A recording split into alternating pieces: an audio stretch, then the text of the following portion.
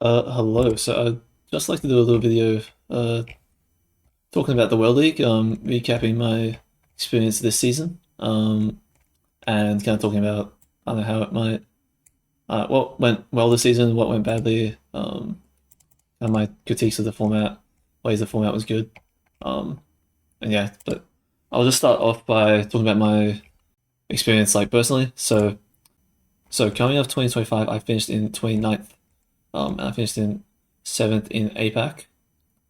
Just 1 point behind Spaghetti. Unfortunately, not qualifying. Um, Last season went quite poorly for me. I was quite busy in my personal life with work, didn't have much time to practice, and also um, did not prepare enough for the format. I was quite bad at moving.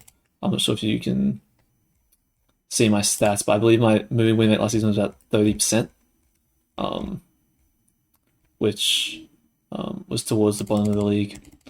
Um, and it was as low as like 20% halfway through the season. I kind of started working and moving, learning phone codes and caboos, getting the basic info stuff. But it was too little, too late. Obviously, as I ended up not qualifying for the regionals, which is unfortunate because I think going into the regionals, or like going into the end of the season, I was actually playing better than most of APAC.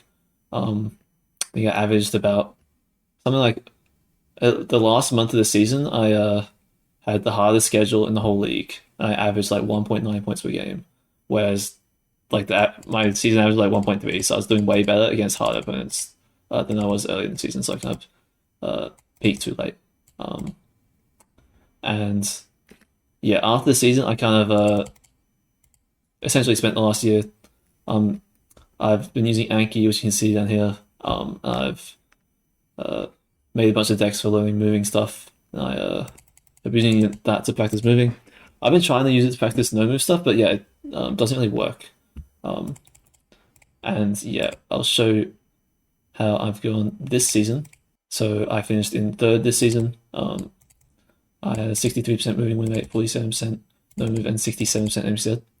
I will say this no move win rate, I'd say, was a bit unlucky. In terms of this field, I was above average no move player, but I just happened to lose those games and had a lot of um, I don't know, tough losses against like strong opponents. Like half my games were against Sheena, Lingting, Spoda, and Vepler, and I think overall those guys really cooked me on no move. But with that being said, I have been not been up to my past level in no move. I feel like um, I kind of stagnated on that mode um, just because of lack of practice. But I have been like mainly just playing in comp rep, and like I was kind of hard stuck like 2.2k throughout the season because I was playing both no move and M7 comp. But since not playing no move, like I've been 2.3k the last 2 weeks. I'm just playing MZ, and I've got a new peak at 2359 right now. Because MZ is just clearly my better mode. It's kind of like the way I learned to vision guess is just clearly way more suited for MZ. And in terms of preparing for the World Cup, I'm definitely going to grind no move a lot more and kind of like learn how to vision guess areas no move. And it's really useful when it comes into like road learning. Like because essentially, just pulling up map maker here, like I know like clusters for NMPZ and like vibes for NMPZ, but I don't know like metas are telling me about roads, like which roads have coverage in regions, like the terrain, like to line shit up and to get 5Ks and 4.9Ks like on a road. Because on no move you'll have time and you'll have the ability to look around and line stuff up so much better. And just like knowing where off roads are and stuff like that is a really really important knowledge of no move and kind of like what separates like the 2.2Ks from the 2.4Ks and 2.6Ks. Like it's that attention to detail when it comes to really specific um, areas and roads in all over the world, obviously in all the big countries, that I just haven't committed like my efforts when it comes to vision guess like to that type of thought process and like memorization of coverage in that way. But I do think like when it comes to climates, when it comes to vegetations and seasons and um, like more concrete measures, as well as just like being consistent on country streaking, Europe and old coverage. Like I'd say I'm towards the top on the NPZ on those skill sets, and that kind of converts to no move, but only to a certain extent. To where like if I just because I know the region of Patagonia doesn't mean I can get the road. Just because I know the region of Russia doesn't mean I'm getting the road. Like just because I know the region of Turkey doesn't mean I know the cluster within Turkey and where that cluster is within a state and which roads to scan to maybe get a 5K. Like um, so yeah, no move is gonna be my focus in preparation for the World Cup.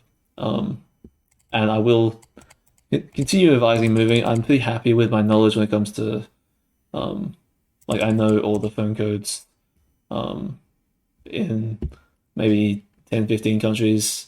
I'm like working in Poland right now. I know like how to read Greek and Thai. Maybe learning Hindi and Bengali. I'll get around to it. I tried in the past, but I kind of struggled. But I will probably try get through those languages. But yeah, when MZ has been great this season. I think it's just my history of playing the mode a lot and the way I learned how to read, I guess. And country streak and like just think through the game really excels on MZ.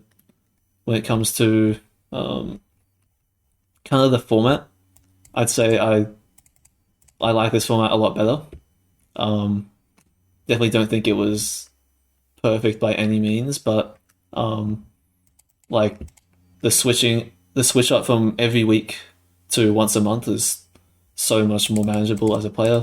Not having to like basically like restructure my entire life around every week being ready on Sunday. And also like being ready on Sunday to play a match at an annoying time against a European last season, like having to only play against APAC at a reasonable time in our time zone is really, really convenient. I think the Swiss format it was alright. I'd say like definitely better than the point system last season where MZ players were cooked. I'm not sure if I like see the point in it with only 4 rounds of Swiss with the last chance games, second chance games, meaning so much.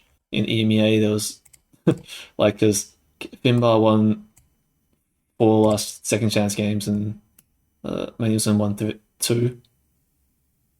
Like I think he won 3 and did the other one 3 wins back. But yeah, Finbar lost like all his last rounds basically, and Manuelsen won all of them. So Manuelsen had a better win rate, but Finbar ended up with more points. Like when I think I would say Manuelsen had a better season, for example, just to point out like he's +3, he's +1, like he's got a 56% game win rate, he has a 48%. Like this this doesn't seem very fair. And also like if they wanted to do Swiss, I think they should just do bigger Swiss tourneys.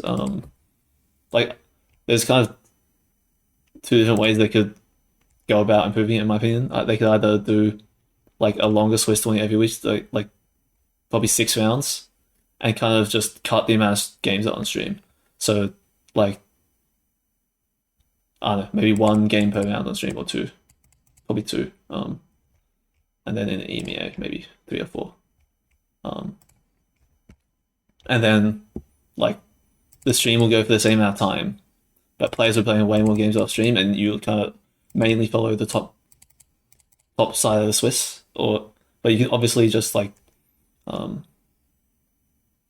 stream lower down games in the Swiss as well because those are important as well. Or the other way they could go about it would be you could do bigger Swisses, like even more than 6, 7, 8 rounds. Like you do a 10-round Swiss or whatever, like 20-round Swiss across the whole season, like, and then every month you're kind of starting from where you left off the last month. And if you do a lot of practice, like you can climb up the ranks a lot if you just like win all your games. Also, I think like it kind of sucked that there was not a winner every week. Like from a spectator perspective, like there wasn't really that much hype in the last games. It's just worth 1 point. Like there's nothing like keeping people watching. Because the second chance games are just the most important games. And like if the Swiss was a couple of rounds longer, you get a definitive winner, which is more hype. Also, like this format just kind of feels like it has the like it has the non-hypeness of like a round robin format, but like it doesn't have the competitiveness and balancedness in the standings. Like, um, you may as well have done round robin, I'd say. I think I don't mind if they did longer Swiss tournaments either, or Swiss tournaments over multiple weeks and sessions. But that's my personal opinion. Just another format thing, like the 20 round limit still existing is pretty ridiculous. When round limit happens, I'm not sure how often it happens. I didn't see it very often. I don't think I had any myself, but it was very anticlimactic. Um, Even though 20 is quite rare, like what's the point in keeping it when it ruins like just the most hype games that would end in 21, 22 rounds anyway. Just seems very silly to me. Also, the individual multis, I think they're a huge improvement. But I think everyone and their mother has said that tie range is like just objectively going to be an improvement. Even something as small as like a 10% or 20% tie range. So if your distance is like only like 10% closer than your opponent, then you don't get a multi for it. The only downside of that is it slightly extends matches, especially moving. But I think you could just make it so that when there's a tie, both people get a multi. That seems pretty fair to me. So that would actually make matches go faster. And yeah, and just on myself, like when it comes to preparing for the World Cup, because the finals is going to be a moving, no move NMZ format. Like, I'm probably going to just chill and play NMZ for a few weeks, but then lock in on no move, and really try and be at that 2.3, 2.4k level and no move. Hopefully 2.5 even, if I have the time to really put in the work. I think I definitely kind of understand how to hit that level on no move. Like towards the end of last World League season, I do think I was kind of up there in terms of no move prowess. I was like, and even in the lead up to the World Cup last year, I was beating a lot of players who did well in the World Cup in scrims, and pretty good win rates against like a lot of top players you might be surprised by. But